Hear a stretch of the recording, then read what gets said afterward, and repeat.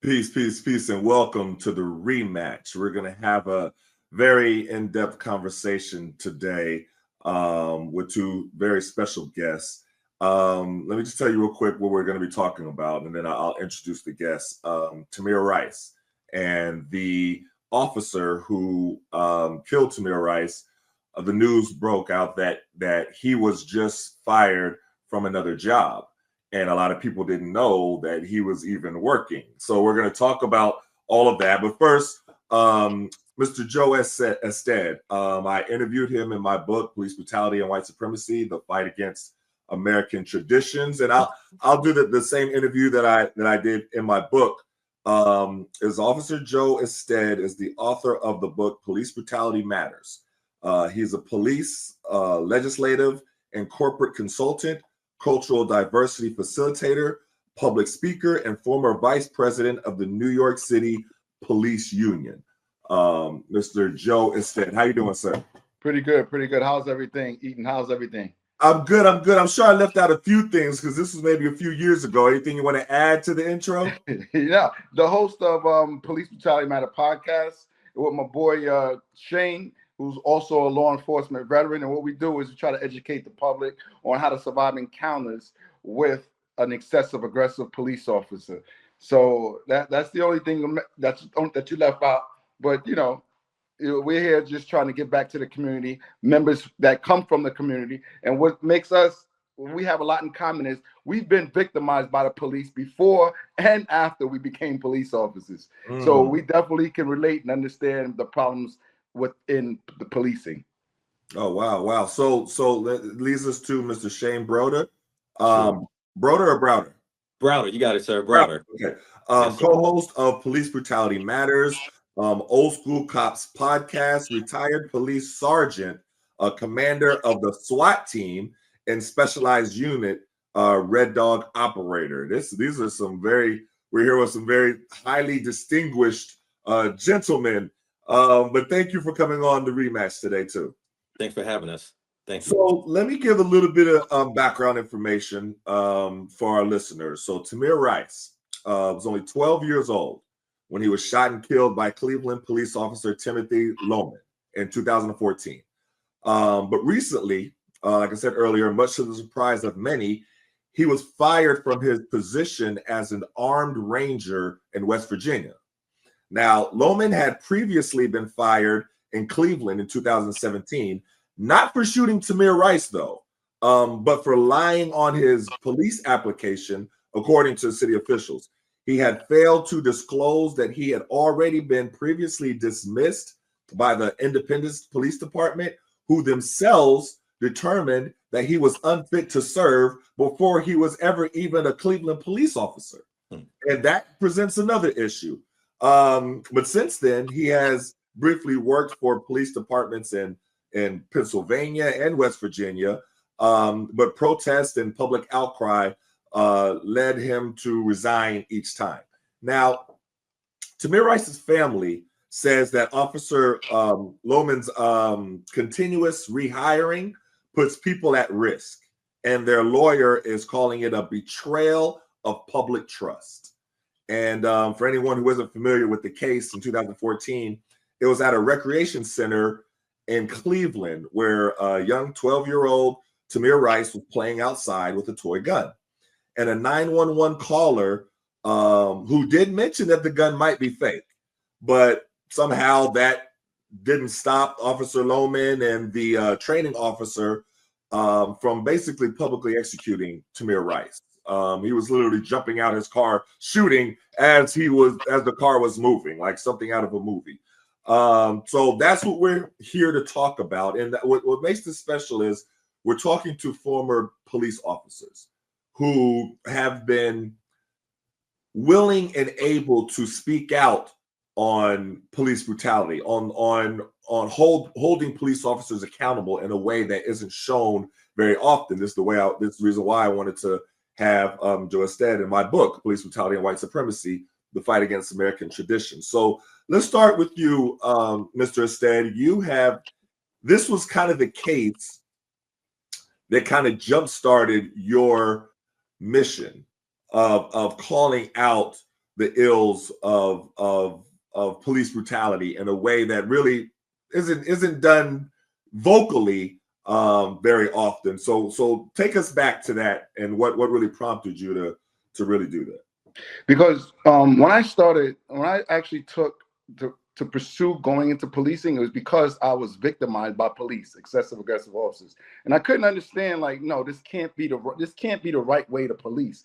So as I pursued policing, I said, this is one of the things that I wanted to do, was come back to the community that I was raised in, poor, low income community, because that seems to be the problem, where officers are having these cases where we see excessive aggressive policing. So I said, you know what? I'm going to go into policing and come back and police my community, so I know the people, I know the culture, I know the community, because I've seen that it was a major problem. Everybody that was having these incidents, they wasn't from the community. So as I pursued my career, I started writing a book about my experiences, and then to start to be actively involved in actually speaking out. Tamir Rice's case was the case that really put the battery in my back. I said, here you have this little kid. He's in a playground. He's playing with a toy, what kids do. I grew up with water guns, with the little Nerf guns. And you have this officer who, when I look and see the average person looks at this particular incident, you see the officer respond to a call, right? A possible person with a gun. So when I see the video, I see a car drive up at a high rate of speed. Before you can get out of the car, you're discharging your firearm.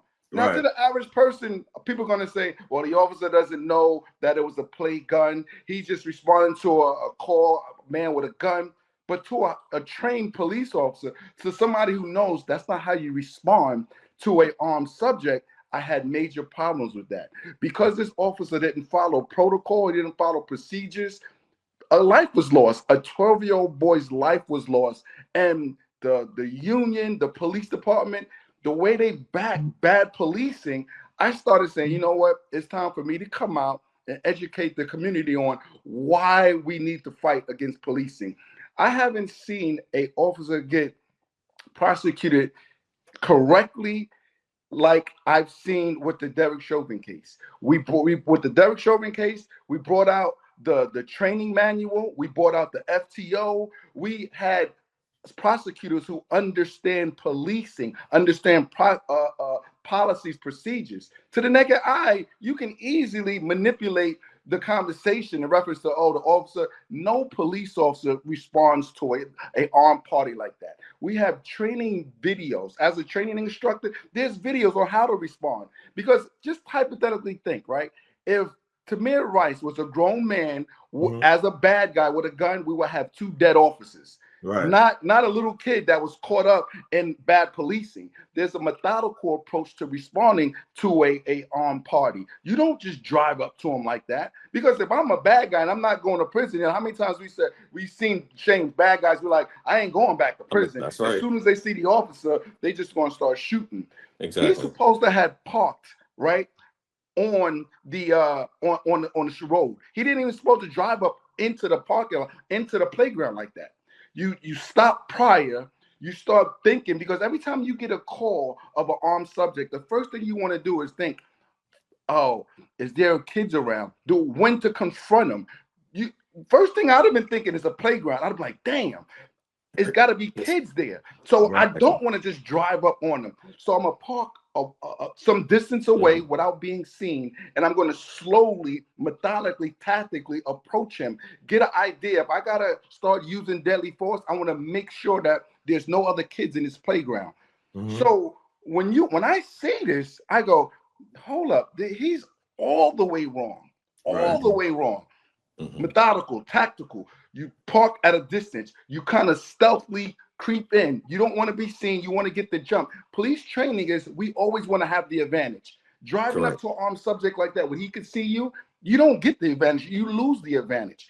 So when I saw all this, I seen tactical mistake after tactical mistake, and nobody would say anything about that. And I couldn't believe how this guy couldn't get prosecuted. Like, it really bothered me. Like, this child, which I met his mother, I spoke out against this particular incident. was just being swept under the rug as, oh, well, the officer he only had a split-second decision to make a decision on whether to use deadly force or not. We are trained as police officers, and I work several different departments. We're trained as police officers. We don't create the deadly force, right? The deadly force comes to us. We don't want to make split seconds decision, because 9 times out of 10, when you're making a split second decision, somebody's life is at risk of being lost. So you exhaust all measures before you pull that trigger. You don't just drive up like you've seen. You Right. get no. That's like officers standing in front of cars. You got no wins. They train you. Do not stand in front of cars. You see officers all the time. Oh, I was going to get hit. What are you standing in front of a car for? It's a lose-lose situation. So I could go on about this. No.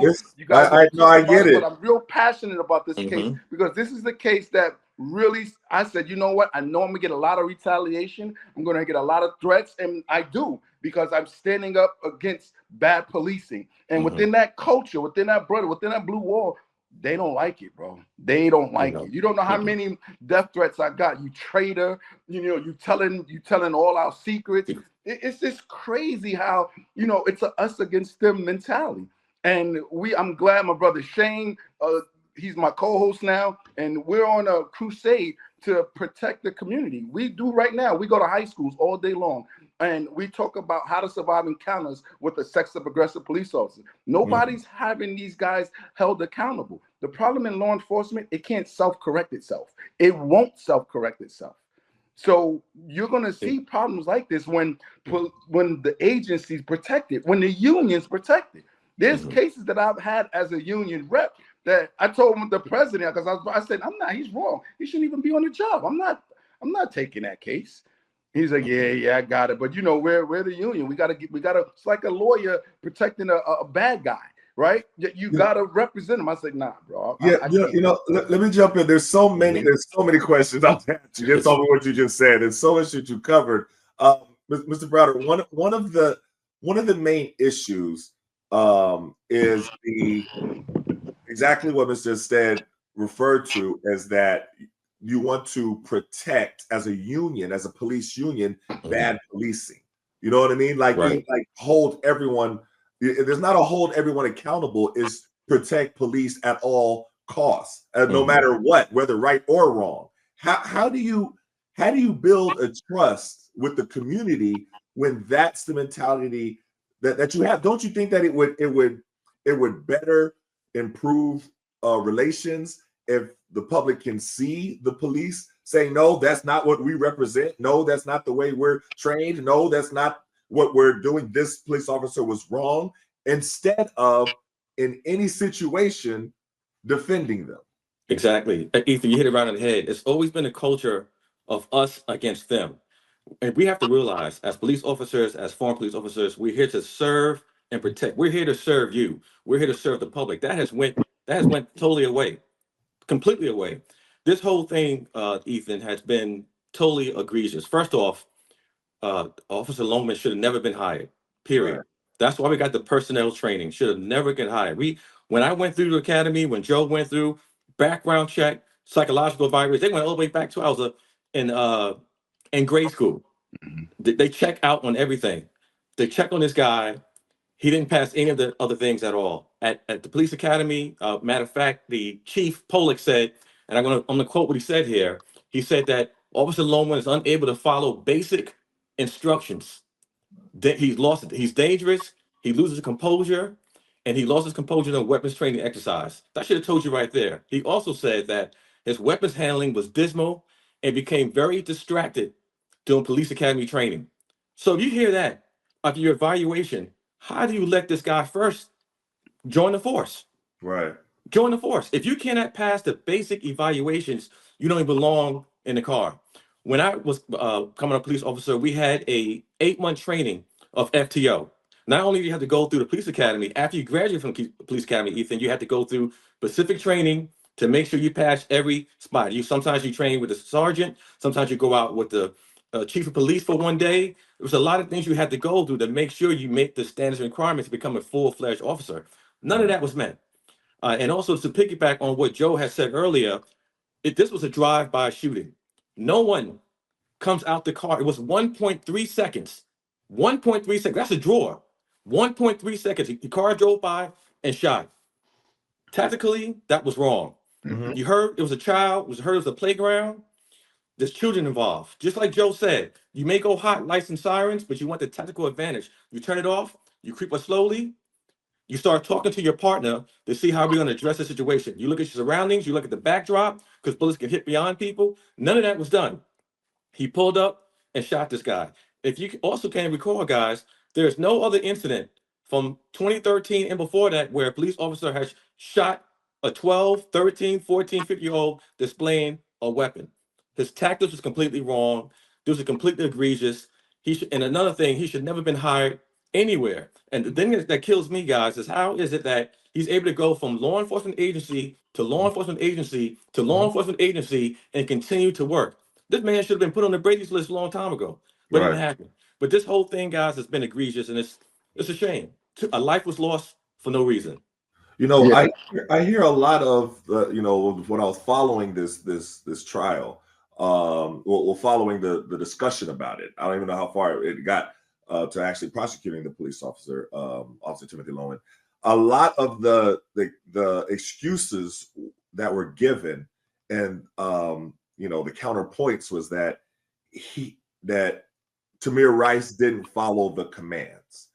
And I'm looking at it, I'm like, I don't see where he had even a chance to respond to any command. Right. He's literally, as the car is driving up, he jumps out the car and is shooting. Where would a command have been given? Like, I don't understand how that holds and protects the officer. You know what I mean? I don't understand how that excuse actually worked. Yeah, he didn't. He didn't even have time. If you look at the amount of time when you seen the car and then he actually pulled the trigger, it was seconds. That's why everything about that case is all wrong. I don't even understand. I mean, as the union, I get it. You gotta have some form of a defense, but as the prosecution, they should have had the training. They should have had the manual on how you respond to it. They should have had an instructor explain, okay, is this consistent with your training? Is this how you teach your officers to respond to a call? You don't allow them to actually surrender the weapon? Like, no, that does not, it never plays out like that.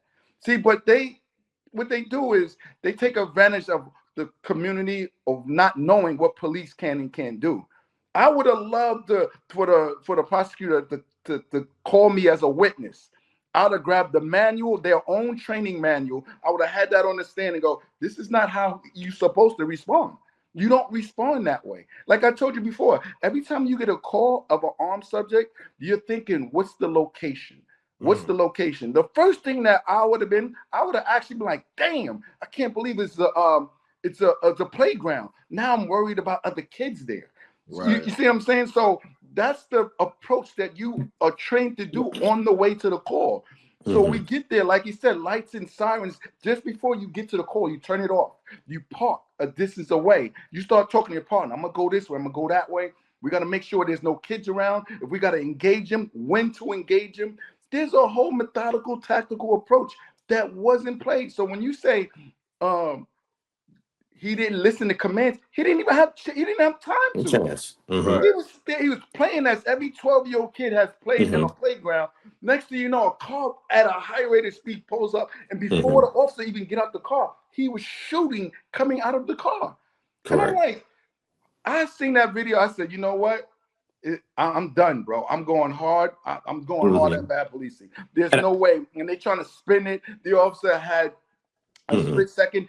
That split second shouldn't have been created. The officer created that split second. You know why? Because he didn't follow his training. And this guy has a history of bad policing. He has a history. And that's the one thing. First thing I do when we hear one of these incidents, I want to know what is the officer's history. The personnel file. You notice, right? You notice they pull up the citizens' history. Like, look with Pantaleo, right? With Eric Gardner. The first thing we talked about or anybody heard was he was selling cigarettes. He's been arrested for what the hell that had to do with the situation at hand? Right. That had nothing to do with it. Right. And if you really dive into that case, that contact that they made had nothing to do with him selling illegal cigarettes.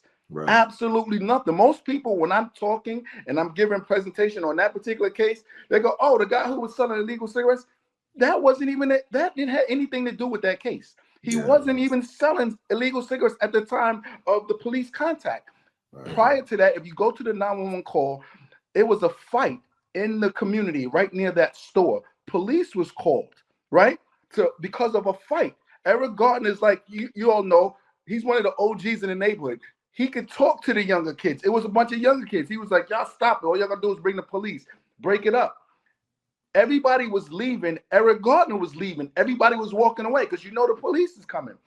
The street enforcement unit that Pantaleo was on have dealt with Eric Gardner in the past on illegal sales of cigarettes. That had nothing to do with it. They was responding to a fight. They asked Eric Gardner, "Hey, what's going on? Let me talk to you." He said, "Nah, I don't want to talk to you. I ain't got nothing to talk to you about." He's right. They don't have nothing to talk to him about. There's been times where I approach somebody and they don't want to talk to the police. I can't make you talk to me if I don't have the justification to stop you or detain you. They had no cause to stop or detain them. So he was like, "Nah, I want to talk to you." They want to get out. What you mean? And then we see the encounter on. It had nothing to do with the illegal sales. But this man has been known nationwide that he was selling illegal cigarettes. It had nothing to do with it.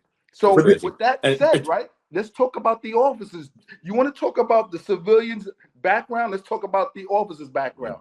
He has a history, Officer Pantaleo, of bad policing. The citizens of New York already paid out thousands of dollars for his bad policing, right? Officer Salamoni, who Alton Sterling, history of bad policing. Derek Chauvin, right? History of bad policing. You know how in policing, right? We do we do an intel on any subject that we look at as a target, and we look at that past record, right? Oh, is he violent? How many times has he been arrested? I think that should be the case for law enforcement. Just look at the officer's background. None of that is never said. That's the first thing I do. I'll say, let me see how many times he's been in trouble before, right? Because let me look at his personnel file. Right, exactly. Let me look at his personnel file. But I want to piggyback on something you said earlier, Joe, and Mr. Ethan, when he said that he didn't listen to the commands. Do you know how many adults we have dealt with who don't listen to the commands? There's a way to handle that. That's a poor excuse. It's a child. He didn't listen to commands. Maybe the child could be hard of hearing. I've met subjects who are hard of hearing who couldn't hear that I continually talk to and talk them down. He didn't use any verbal judo techniques, no de-escalation techniques. None of that was used. As soon as he came out, he started shooting. In LA and anywhere else, you call that a drive-by. That's exactly what it was. There's no other way to put it, guys. It was a drive-by. Everything he did, he wasn't supposed to do, he did it, and it was wrong. And now we're in a situation talking about Mr. Tamir Rice right now. Yeah, and that's sad, bro. Let me say this. Well, let me just say this. So what do you say that the public should do, the community? And I saw a lot of times where Officer Loudon was going to different police departments, and you heard the public have a big outcry, the community have a big outcry, and he was forced to resign. But besides that, how can we stop them from? I mean, there should be something where if you have so many strikes against you that you're not allowed to go into a different department. But why do departments continuously? Let me tell you why, brother. It's the complexion for the protection. The complexion for the protection. That's why. It was Joe or I, with any type of infractions, we were not eligible for rehire anywhere. Nowhere we go. 2 or 3 things go down, we're in trouble. We out the door. That's how that works. It's who you know and what you know. There's no way in the world you can go from department to department, and each place you go to, you're getting fired. You're fired from this place. You're fired. They say, what's the word? In lieu of termination. That means resigning before you get fired because you did something egregious. You did something against policy. He's been violating policy at one location. He's gone. Next location, he's gone. Next location, he's gone. This guy had 4 places in 7 years. Who moves like that? Right. No one does that. I've been at 2 spots in 20 years. Atlanta PD, College Park PD. 2 spots in 20 years.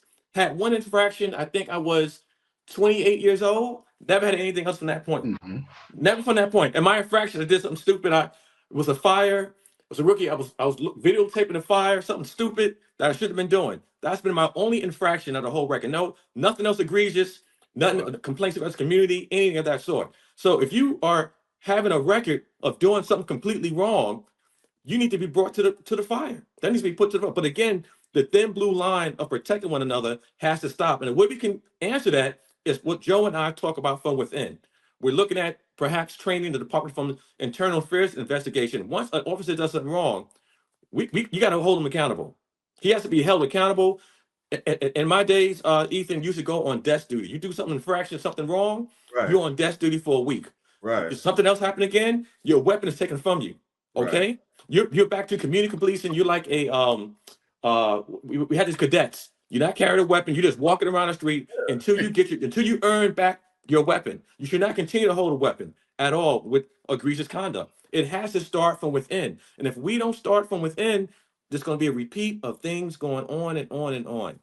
And Joe, like you I'm said, sorry. hey, Ethan, like you said, listen, when it comes down to accountability, the police they can't do that. They can't self-police themselves. That's one of the major problems I see with policing, right? And then when it comes down to shuffling, and that's all this is a shuffling. This is a tactic used when you get jammed up in one department, the department will come to you and tell you the outcome is not going to look good.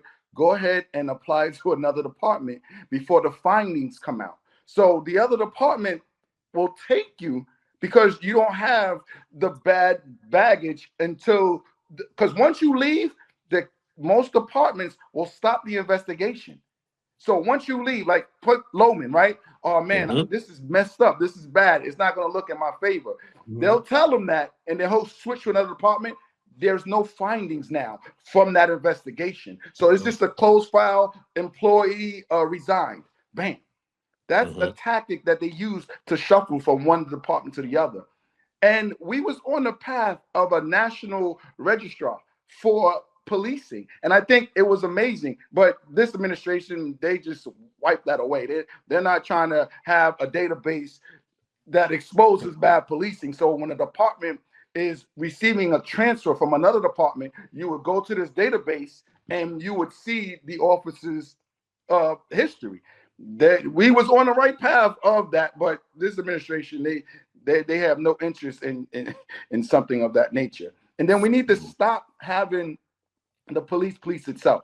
We need to have an independent body that polices use of force on police departments, period. It's like the NTSB, Delta, if they crash, Delta don't send their own investigator. It's a separate body of investigations who understands flying, who understands everything about flying there possibly can be. And there's no relationship between the airlines. You know, Correct. I've worked with guys along in my unit who wanted better hours. They transferred to recruitment. Because that's a 9-to-5 job, Monday through Friday. So now I get jammed up. The guy I work with now is assigned to investigate me.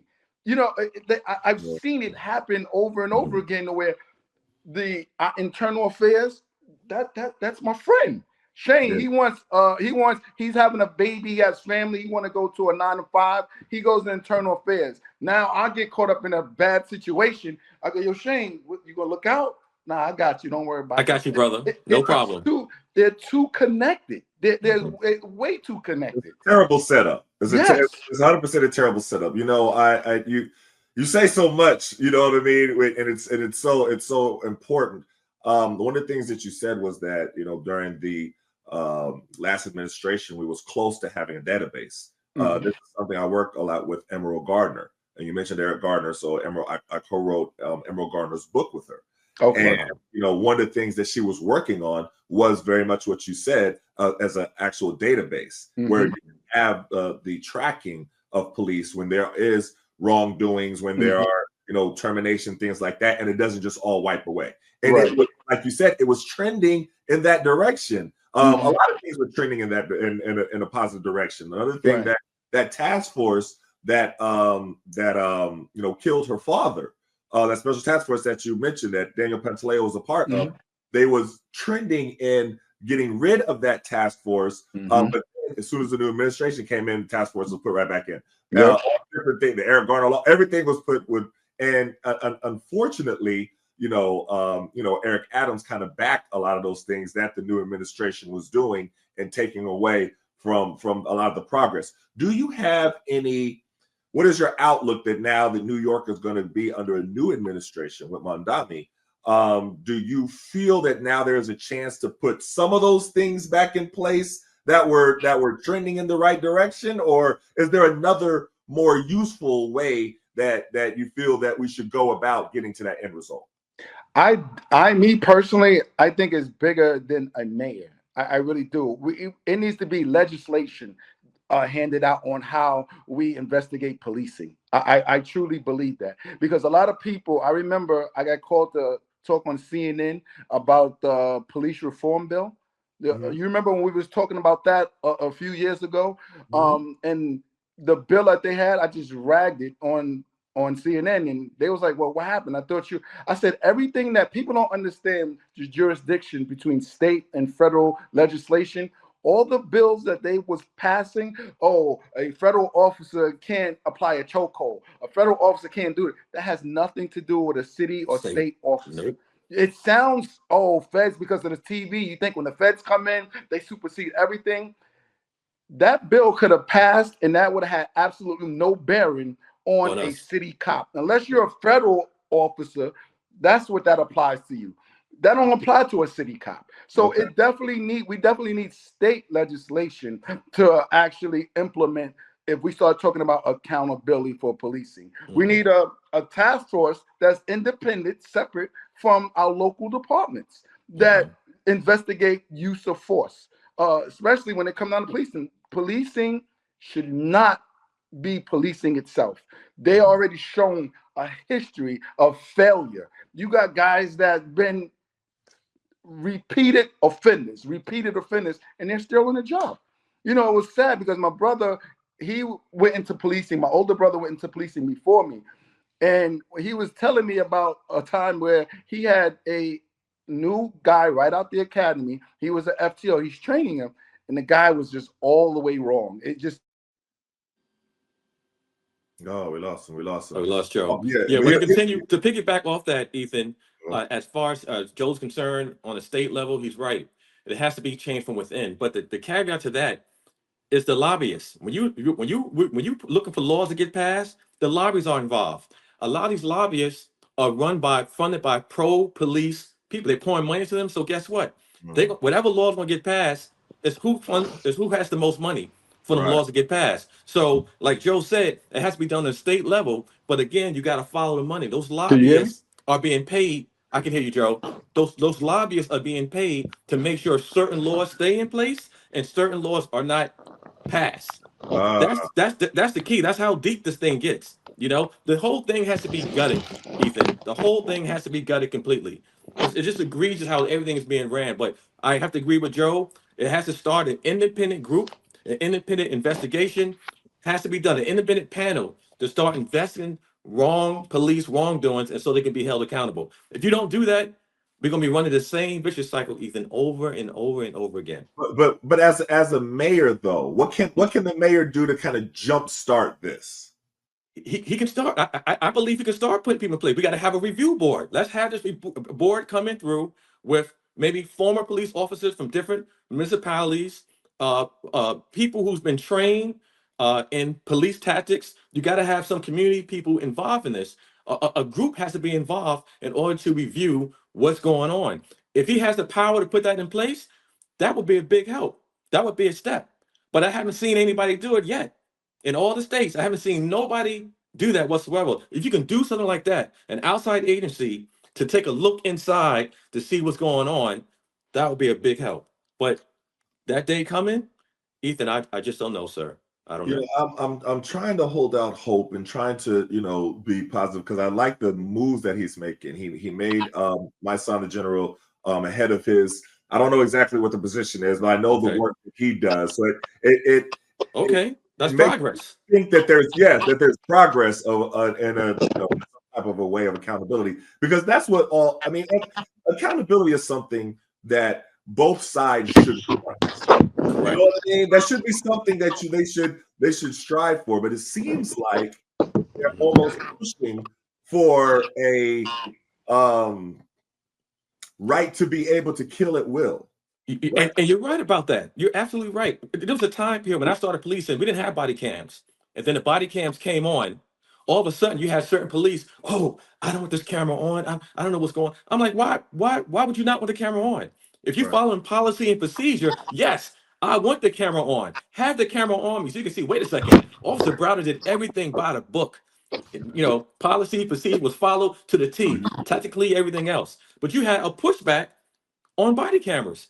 Right. If you want to serve the public and let the public know we're doing a good job, yeah, as soon as you get that car, turn that doggone body camera on. You want to be seen. You want to let the public know I'm here to help you. I'm here to serve you. But again, it starts from within, Ethan. It starts with having a panel, and it starts like members like yourself, you know, locked in the community saying, hey, we need a reform. We need this change. That has to be the constant mantra in order to see some type of progress. Wow. And as far as Officer Loman, because he was fired by this one. He was an armed ranger, which is crazy. It's so I'm from Tulsa, Oklahoma, and we talked about this in the book when I interviewed you, Mr. Ested. And Terrence Crutcher was killed by Officer Betty Shelby, if you're familiar with that case. Officer Betty Shelby, not only was she brought to justice or punished, she then was hired as this, like doing these tours to officers and how to recover from a situation where they have killed somebody. Like that's what, and there was a lot of public outcry. I don't think you would have ever seen one of us being given that like that. But the public outcry, because I want to really focus on that part to hear from you, because people want to be able to feel like they can do something to prevent this, to talk about how important public outcry really is. I believe that. I think go ahead, Joe. Sorry about that, Shane. I believe it's extremely important. Sound, people need to understand how to fight, right? Just getting out there and saying, oh, no justice, no peace is not enough. Okay. You have to hit the elected officials, the people who we elect to represent us. A lot of people don't know most DAs are elected officials, right? And that's where I think it would start. You'll start seeing a change. If you tell your DA or the guy running for district attorney, say, look, my problem is with the accountability of police. DAs historically don't prosecute police unless they're put in a bad situation to where they have to. You know why? Because we work side by side with the DA. In plain clothes, in undercover work, I have DAs in my phone saying, look, this is what I got. This is what he said. What do you need for the conviction? I'm the DA's first big witness for the case that he's trying to prosecute.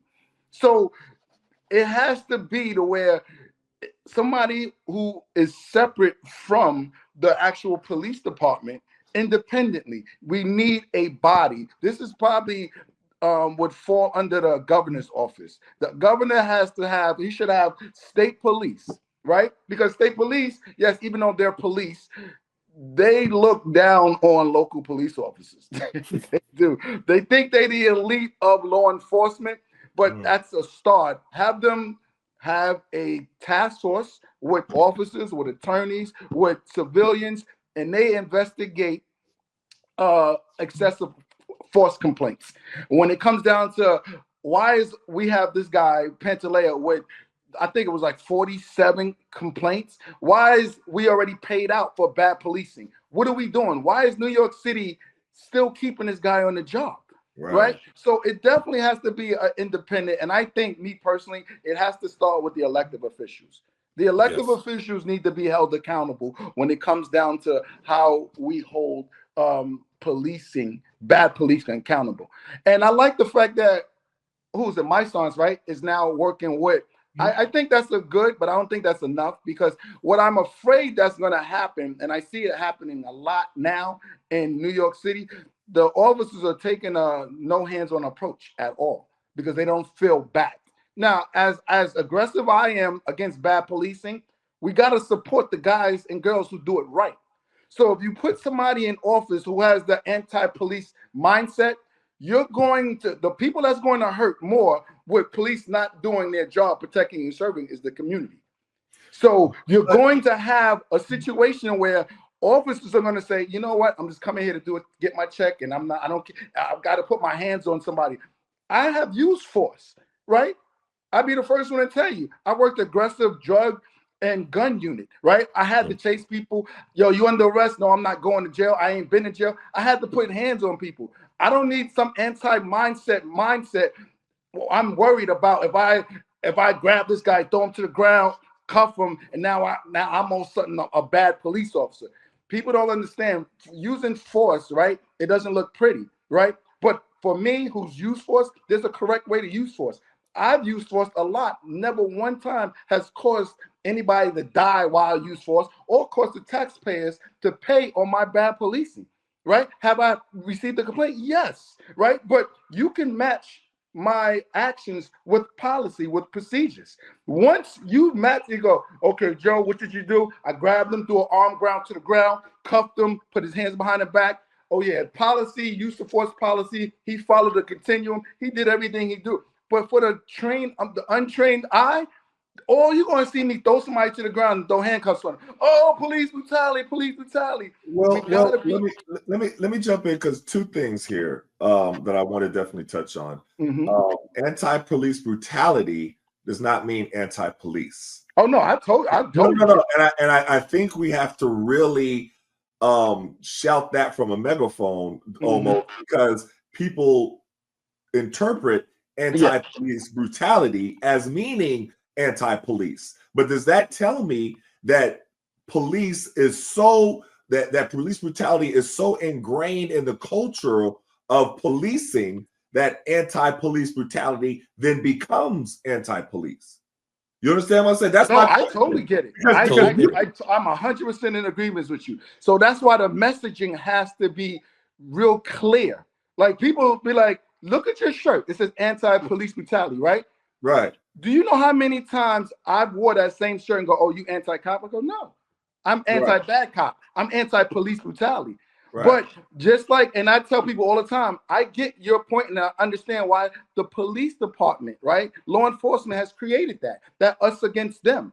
So if you're on the other side, you're not seeing a guy in uniform understanding and going, no, I support police. I just condemn bad policing.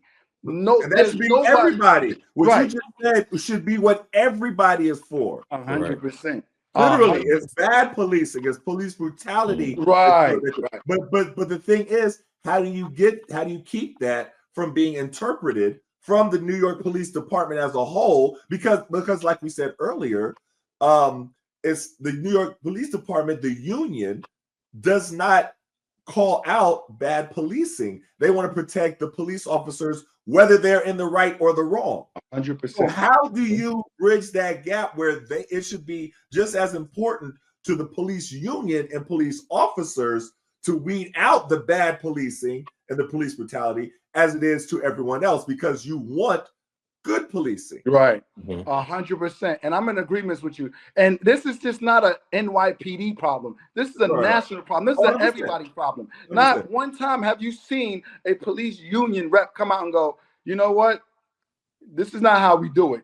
This is not how police officers are supposed to respond. Yeah, the majority of officers do it right, but we got some bad apples, and I'm not going to support this particular action. I have no comment. All I can say is we don't agree with the actions of this particular. You've never seen police unions actually condemn bad policing, and I think that's a problem. I think that's a huge problem, and I think how to correct that problem, and I'm a union guy, I think we need to take away some of the strength of police unions, because police unions keep bad officers. They keep bad officers. I've seen it firsthand where I go, the guy shouldn't even be on the job. And they go, nah, we got to negotiate something good. Like, the guy should not be on the job. Why is it? Because you grew up in I know Shane grew up in a metropolitan city like New York. You want them to be fighting for, benefits, pension, raises. You're not getting abused as far as if you say something, you get sent to a midnight shift. You're working 12-hour shift. You want some type of representation, but there should be a limit on how much power you give that union, because they're abusing it. They're protecting bad officers. So you're like in a bind. You're like in a catch-22. Yeah, you want the union to protect you against, you know, administration that looks down at you, doesn't give you your raises when you need, just the whole negotiating contract aspect. But when it comes down to protecting back, the protection should stop, and it hasn't. Yeah. When unions first started, that's what it's supposed to have been. You know, the rights of the employee. Now they became defense attorneys, and they're just protecting every and anything. And that's, I think the direction is just bad on where they went to, because a union is actually pretty bad now for law enforcement, because they're in position, they've taken themselves and put them as defense attorneys, and they create that us against them. You got me and Shane right now. We go around to high schools and we talk to these kids on how to survive encounters. We go to communities on talking how to bridge a gap. And you know what kind of feedback we get? We get, well, why y'all let this particular officer stay on the job? Why y'all? And we get it. We understand. Yes. Right? So when you have that anti-police mentality, it's hard for us to convince them. And no, it's anti-bad cop, it's anti-police mentality, because they're putting everybody in that same bucket. They're putting everybody in that same bucket.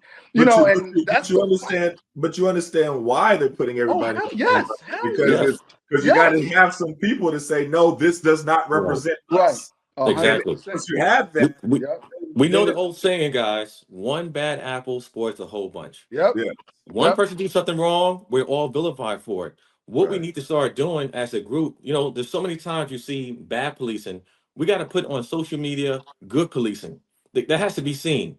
That has to be seen when good policing is done right and was done correctly, and then bad policing is done right and was done wrong and done incorrectly, and a person being held accountable. That's not being seen, and that's why everybody's anti-cop. And like Joe said earlier, the police, the unions right now is here to protect everybody. If you're a bad cop, you're doing wrong, you got a good union, you ain't going nowhere. You ain't going nowhere. You're doing 25 years on the job, and you're going to retire with your pension. Basically, that's what it is, bro. And that's sad. I have a little bit of a different perspective. I think that one of the things that would contribute more and promote the faith in the community in policing is if you hear more police officers that are good cops call out the wrongs of the bad cops. That's what I think is really needed. I mean, I think everybody knows that there are, you know, police officers that do the things right and everything like that. But do they know that police officers that are doing something right will call out the other police officers? That's what people do not know and don't see, and that isn't. It's just not. It's not seen at all. But Ethan, here's the thing: when you have good cops like myself and Joe, when you call out the bad cops, do you know what happens internally? When something goes down, your incident, it's called a work slowdown. If something's going on and you have a code 3 issue going on, or maybe code 73, officer needs help, officer needs backup, because you spoke out, they're gonna be rolling real slow. So while you fighting for your life, trying to apprehend the subject, your backup is taking their time. You know why? Because Joe ain't down with us. Shane ain't down with us. So they're gonna take their time. So you're afraid, because if you don't have cops backing you up, you out there by yourself. You know, you're out there by yourself. So the culture is, if I speak up, I'm gonna be ostracized.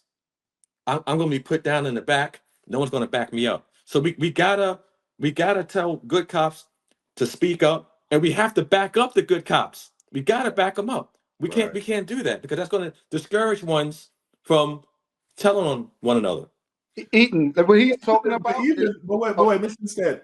But even if this is my issue with that, though, it benefits everyone for accountability. Accountability that will help police officers. So while many police officers will look at it as snitching or telling on each other or anything like that, if you have a standard and you have accountability, that helps in everything. So then when you go to schools, you won't hear, what about this cop that we know did this, and this, and there, right? Because, you know, kids know. You know what I mean? They know this cop did, and then they see him right there. I mean, David Pantalejo, nothing happened to him.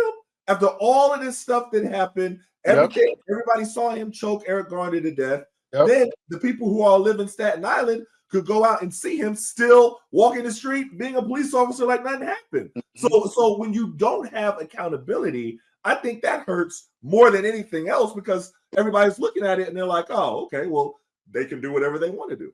Hey, Etan, let me tell you something, right?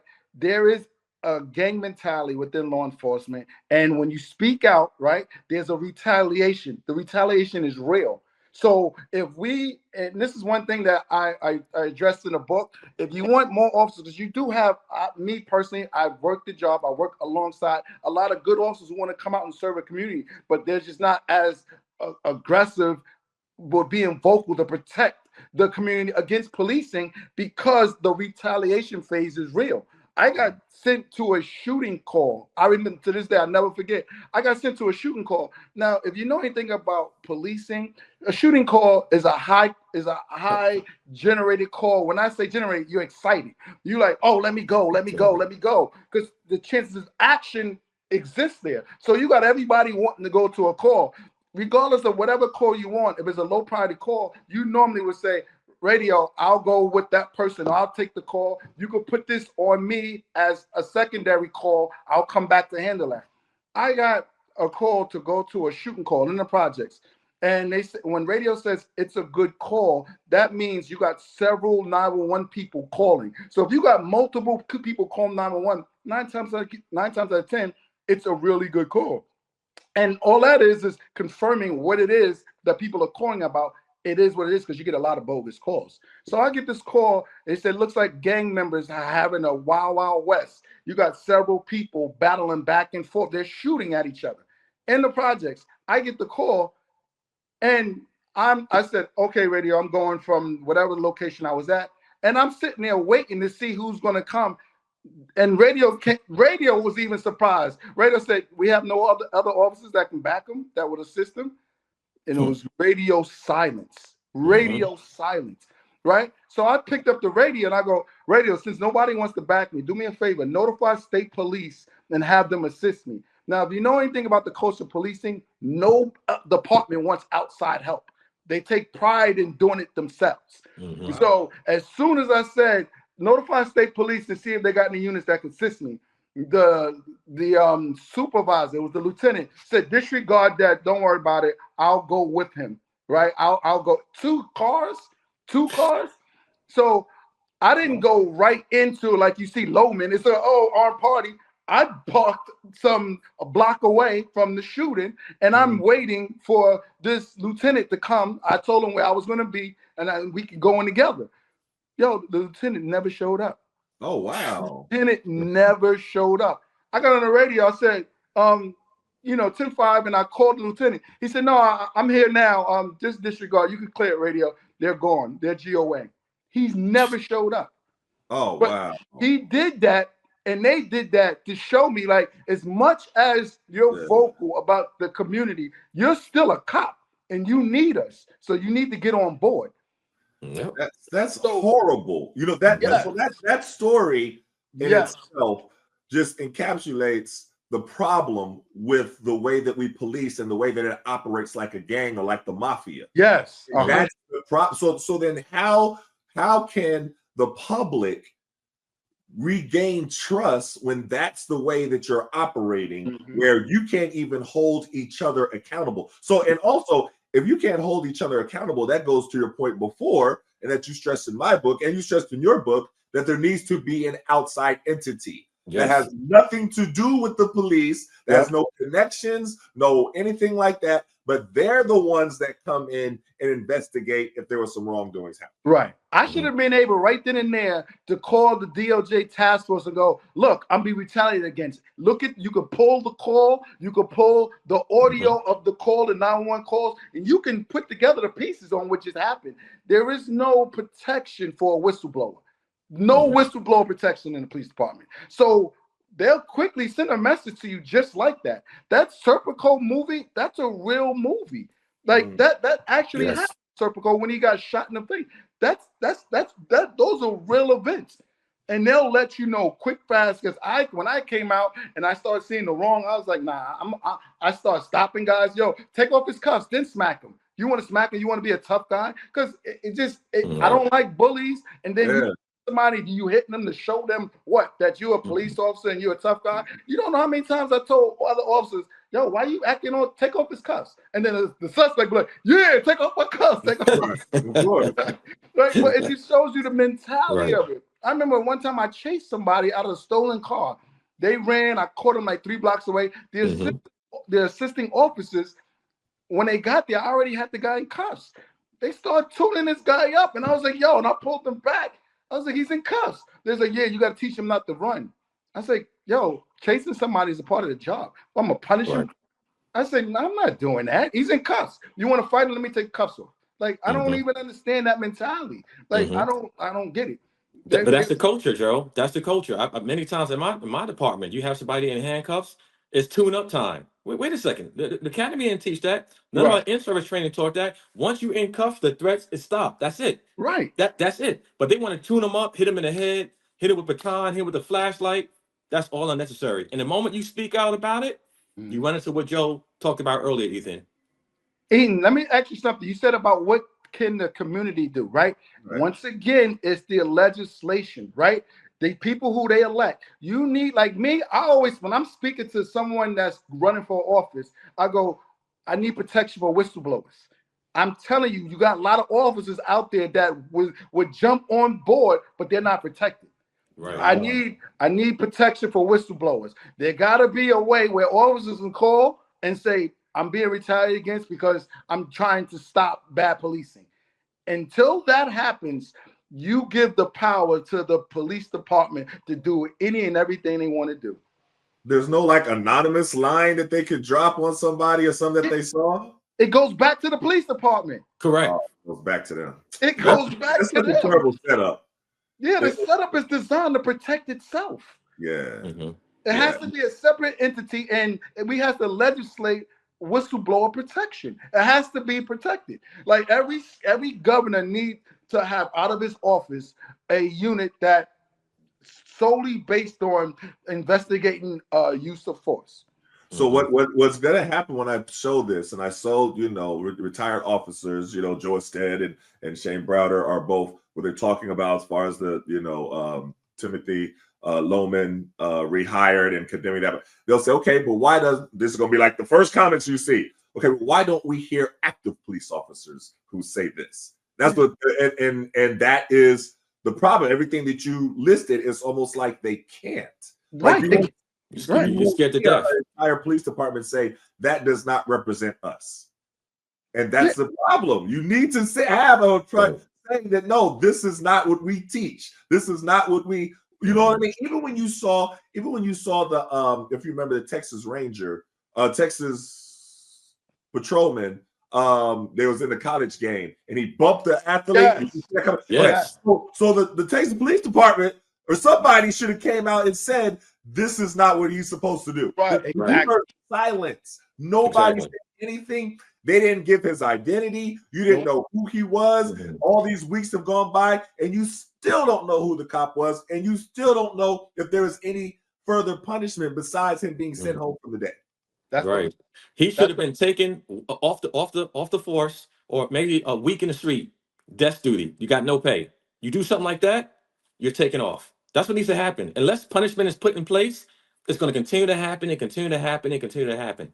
And just like what Joe said, it has to be gutted out. You got a separate entity to take a look at what's going on to make the change. You can't police yourself. You can't. You cannot. That's like, I mean, I have my children. That's like me putting in charge of my children and say, listen, you tell me if you did anything wrong and you come back to me and my wife and you let us know if you did something wrong. You know what I'm saying? No parent don't do that. You can't operate like that. But hey, much respect to y'all. Tell everybody about your podcast and the work that you all do. Yeah, basically, Police Brutality Matter on Instagram and YouTube. And what we do as an organization, we go to high schools and we mentor kids on how to survive encounters with excessive aggressive police officers. So if you're at a school and you want us to come and give a presentation on how to survive that, Police Brutality Matters, Instagram, YouTube, just give me a DM and, we could put it in the schedule. We'd be more than happy because we're both from the community. We've both been victimized by police. before the job and after the job. So we can definitely relate. And when it comes down to how do we fix it, that's why I love what Etan is doing. He is here to say, okay, we acknowledging, okay, what is next? I love that. And legislation is the only fix when it comes down to how to correct bad policing, because policing in it of itself is not going to correct itself. It's not designed that way. We know that 100%. Try not to get so upset at good officers, because you go, oh, when the last time you seen a good officer? That good officer, right? He will put his life is on the line every day. And this fellow officers, the agency, the culture will turn his back on him real quick. As much as we are advocates for the community, we're designed, right? Our main focus is to protect and serve. So that means we got to deal with bad guys day in and day out sometimes, especially if you're part of a street enforcement unit. Most of the guys I dealt with, they are bad. They're selling drugs, they're selling guns, they're robbers, they're rapers, right? There are going to be times where I'm going to need help. I'm going to need help bringing this person into custody because they're going to fight, they have guns. And if the so-called people that I'm asking to help me turn their backs on me, this because I don't just go with the flow, it's the same as a gang member, the same as the Bloods, the Crips, the Latin Kings. There is repercussions of that. So if you want to try, right, to correct that, we have to get with our elected officials and figure out how to protect it.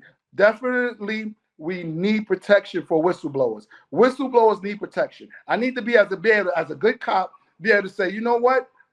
I'm being retaliated against. Let me call somebody, and that person that I'm calling is not affiliated with the department that I am working with.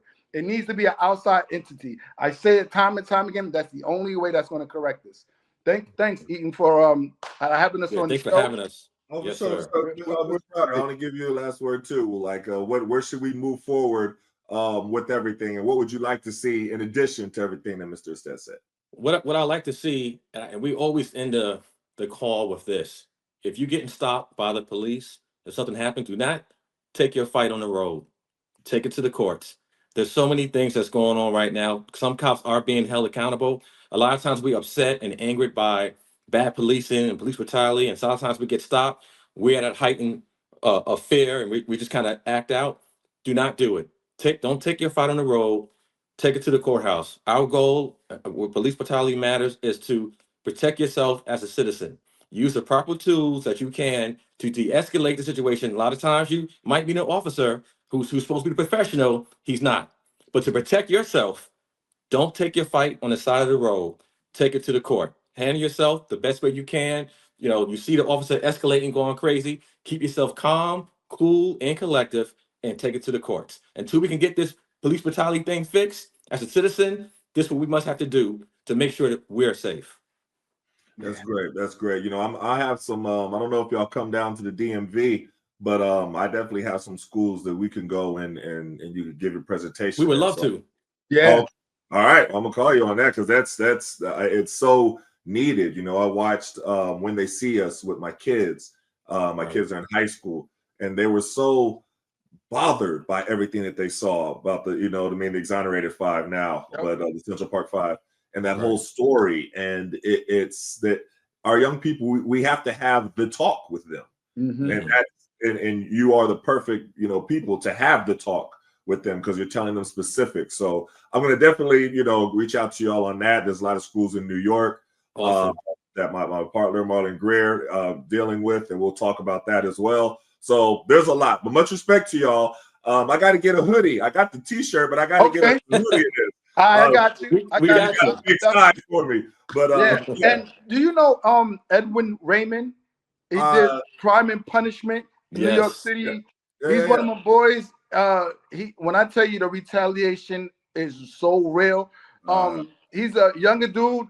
It's just he did Crime and Punishment. Check it out when you get a chance. And he's a big advocate for the community. And that'll be somebody I definitely will reach out to when you set this up. He will come with us and give a presentation. Ted Golden, we call him the OG of law enforcement. He's been doing policing when we were in In elementary. diapers. He's still in the community. He did well as a police officer. He did so well. He went to the DEA, and he could tell you the difference between the feds and the local, the problems, racism. I mean, so we got a really good squad of law enforcement officers who care about the community, who's from the community, who now is still putting in work even after leaving the police department. So we definitely, if you need somebody to come out to a school, we got the guys there with the credentials that can back it. We're not police apologists. We just want to protect our community. And the way to do it is education, man. We just really got to inform everybody on what to do, what not to do, and how to correct this problem that's been existing from day one of policing. To be realistic, it's been like this. This is a problem that always been like this. And we do old school cops, right? We do a segment every Thursday. I would love to have you to come on with us and kick it with us with old school cops. Because like now, you get a chance to bounce off ideas and questions that you would have not being in law enforcement. And that's what it's all about when we go to these schools. These kids are asking real questions. They're asking like experiences that they've been through, and for us to sit and talk, it's a lot of times you'll see a kid go, oh wow, yeah, I ain't even think about it like that, because you don't know. You don't know. It's just crazy how when I hate to say I hate, but I really dislike Loman for killing this kid, bro. Like 12-year-old kid. Like this is a kid that's 12 years old, and all he had to do was follow the protocol. This kid, if he followed protocol, right, this kid would be alive today. He'd be a grown man because he would have stopped, right, previously and watched this kid's movement, his action. It would have been seconds before he'd have been like, this is a kid, because they were saying he was a grown man. You could see you didn't give yourself a time to assess it. You just roll up, guns blazing, get out the car shooting. But if you'd have gave yourself time, and that's what the training is. The training for law enforcement is give time, right, to assess the situation so you can make the correct responses to whatever it is that you're seeing or whatever it is that you're encountering. If he would have done that, he would have seen like, oh, no, this ain't a grown man. It's a little kid. You can obviously see it. And is that really a real gun? He's shooting like if anybody knows kids, they're animated. Just give him some time. You would have seen that this is a kid. That gun's not real. Your approach might have not changed, right? You might have yelled from a distance. You might have been able to get the kid to put the gun down, right? Even if you did think it was a 12-year-old with a real gun, if you did what your training would have instructed you to do, this kid would have been a grown man today, celebrating 20-something years of living. Like it pisses me off when I hear all these comments for officers. Well, you couldn't tell. You know, he had a split second. That was a split second decision that never should have been made. It should have been made, because if he would have followed the training, the protocol, he would have realized that this was a little kid, not a grown man. And so it just bothers me, man. It just really bothers me. And I met his mother at an event. This is really a sad situation. And then I hate the way they try to paint victims. Like Eric Gardner, dude, he has a history of hustling Lucy's. Like, there shouldn't be a justification, even if he was hustling Lucy's, which I know 100% he wasn't. Even if he was, does he deserve to get choked out? It was 5 of you. How many officers was there? Like, you choked the guy out in your own policy. New York City policy, right, says we do not apply chokeholds. Right? You know why? Because the history shows in the past, right, they have caused death and serious bodily injury. So there's a whole policy on we don't apply chokeholds. That's what you did. You applied. And officers like to argue, police apologists, they like to argue, oh yeah, but it wasn't that long. He had to take him to the ground. It was 4 or 5 officers. You had a big guy, like he wasn't muscular, he was just a bigger dude. Like, I hate the fact that we justify the unions of the police officers. That's that mindset. That's that culture talking.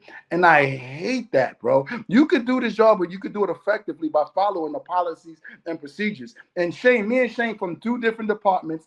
He worked 2 different agencies. I worked different agencies. And the one thing that we talk about all the time is the culture. We hundreds of miles away, right? And we talked about this. The first thing that happens when you come out the academy as a new officer, they tell you, forget that crap you learned in the academy. The training starts now. Don't you have to do that to pass the requirements, but this is where it trains out. And people fall into that. They really feel like the police training is not efficient. That'll get you hurt. That'll get you killed. Now my training starts now. And what happens is that training that you're getting from the other officers is not policy. It's not procedures. That training that you're getting costs taxpayers billions and billions of dollars on a yearly basis for bad policing. It costs them people their lives, and the only way to stop it is accountability. And the people that we need to fix that accountability is not within the police department. It can't be the own agency because they don't do that. Good point, brother. Good point. Great point. Great point. And the passion that you speak with, you know, with the public, we don't see police officers, former or current, speak with this much passion about justice and about what's right and what's wrong, even if they're pointing out their own fellow police officers. You know what I mean? I mean, every police officer in a perfect world, you would see every police department, you know, condemn Timothy Loman after the Tamir Rice shooting, and then also condemn him being rehired over and over again. Correct. The accountability part, it helps everyone involved. Exactly. And go ahead. And I'm sorry, Ethan, to piggyback off of that, there's not a lack, and piggyback what Joe said, there's not a lack of training. We got in-service training all the time. All the time. The key is applying what you learn from that training. Everything we learn, it benefits us out there.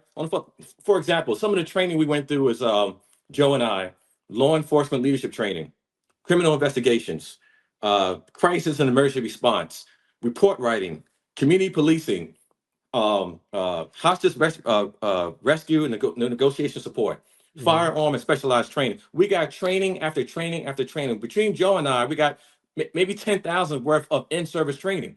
The training is there. The problem is applying what you learn. And that's why you got this Tamir Rice's cases. You failed to follow policy, you failed to fail procedure. So it's not a lack of training. For some reason, there's a disconnect. You're not applying what you're learning. That's the key. You have to apply what you learn to get better policing. If you don't apply it, we're going to keep having these incidents, Ethan, over and over and over and over again.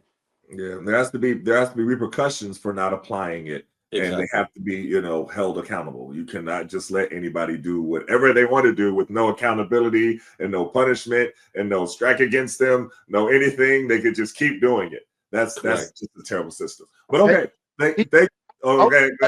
I was a part of a gun and drug unit, right?